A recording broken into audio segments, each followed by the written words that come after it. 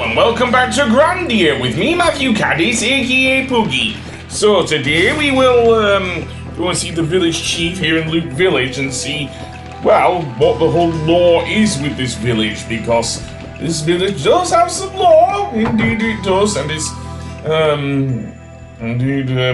we'll find out here. Thanks, I guess.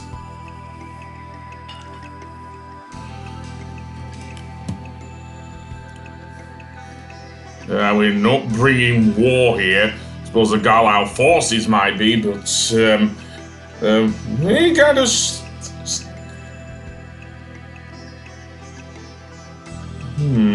Okay.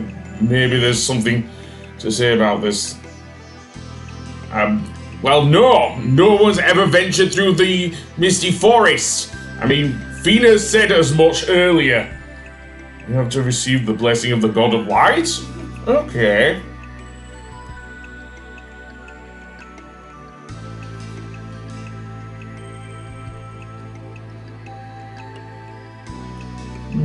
Okay. So we have to go up a mountain to get there. Fair enough. That sounds simple enough. And yes, it is actually rather simple.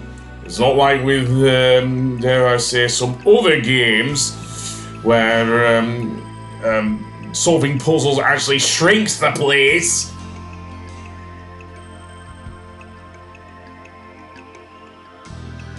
Okay, fair enough.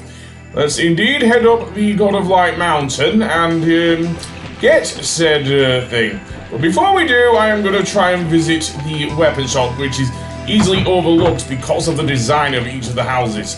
All of them seem to be made of wood, as it isn't immediately obvious where the weapons shop is, but yes, this place does have a weapons shop, and it is probably a good idea to, especially for Fina, to get a new weapon for her, because there are some tough enemies up the mountain.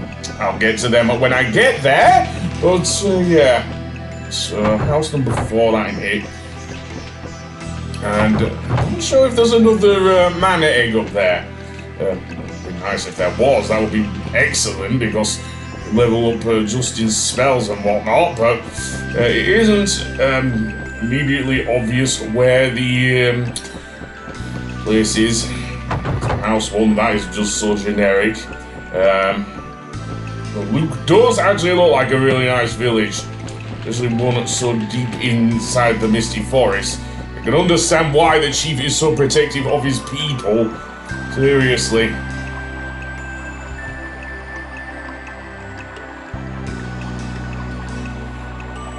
So was it an Icarian? It certainly sounds like an Icarian, but, well, I'll leave that up to the, to interpretation, I think. But I don't know if the God of Light was ever an Icarian. It really makes sense, given, what the, curator found. And finally, of course, just said back in Palm. Okay, well, let's see, what do I want to buy here? The flint knife, okay, that wasn't the weapon I'm looking for, but sure, I'll give it to Fina anyway. I can go over her knife skills anyway and trade it for her thorny whip. And, let's see, I already, do I want to, yeah, I probably would want a new axe for Justin. The hatchet does have some downsides to it, but, yeah, I'll trade the hatchet for the wood axe. That means I can still take down the Ents easily enough. Yeah, you thought I wasn't going to say baha, but I was. That being said, let's get those things, and then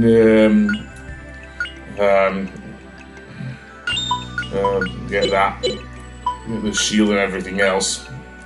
Yeah, trading honestly does somewhat help with the cost.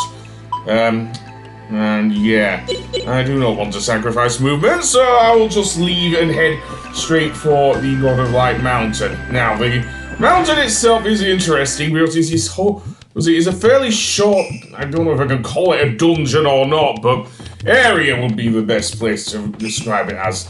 Though there are a lot of not winding pathways, but side paths, shall we say, to get different items on, certainly on the lower half of the mountain.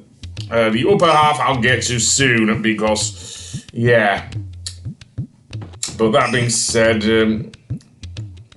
yeah, I guess Noriyuki Iwadari wanted to go with the drum beat here, which often permeates a lot of the certainly side areas of the game, which very interesting at least.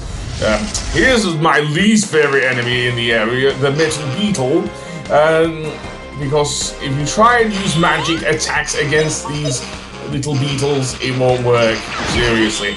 Only physicals will do, and also they have the ability to block your magic, I believe, by using the magic block orb. Seriously, very annoying it is these enemies do so. Though that can be taken,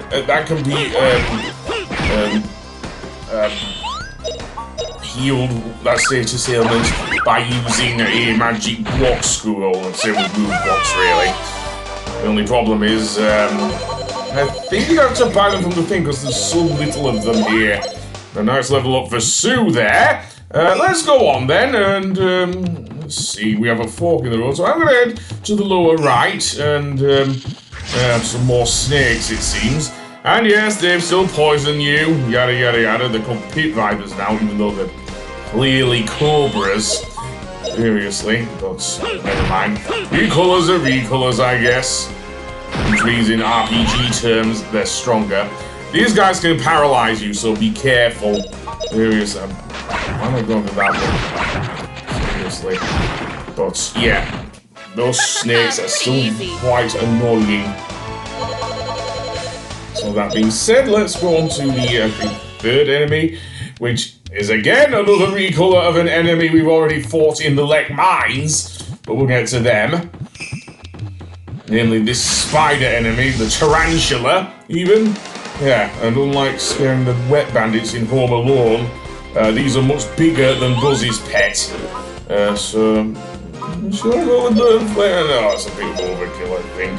Besides, I do want to level up, I don't know if I do. I might well go over Fina's skills instead. So, let's see. I don't want to use Tremor. But her knife skills are interesting. She has knife hurl and random hurl, but that's it. I'm not sure if they're any better than her whip skills, but whatever, I guess. All that's down here is some more money.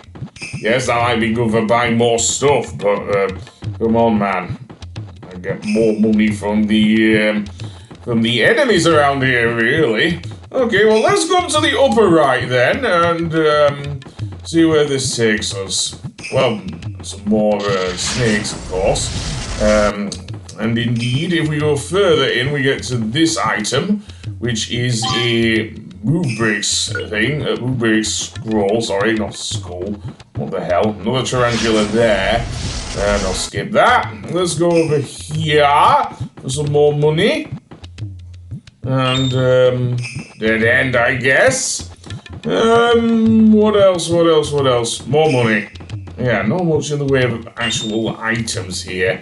Oh, don't worry. Once we get to the peak of the God of Light Mountain, that will change.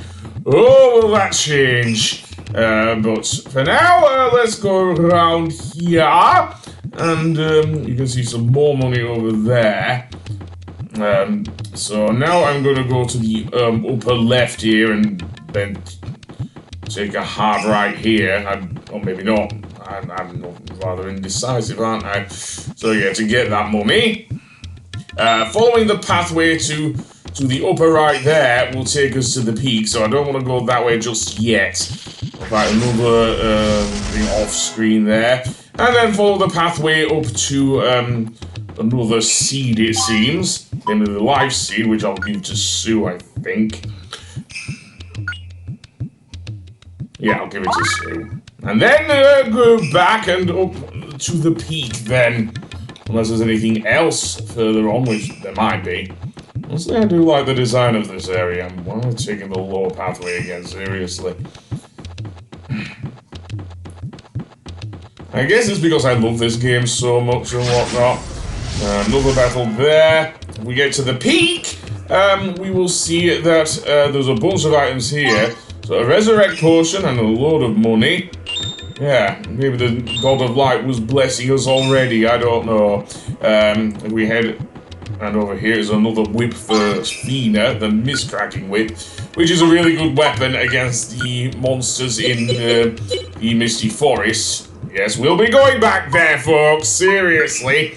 I'll take the move, yeah, those annoying beetles actually inflicted a thing on Sue there, so move blocks. Light amulet, I'm not bothered with. Let's go up to the actual shrine and retrieve the nectar jar. I'm gonna replace it then, because we just take it seriously. And how it's administered, we'll find out on the next episode. So I'll see you then. Goodbye.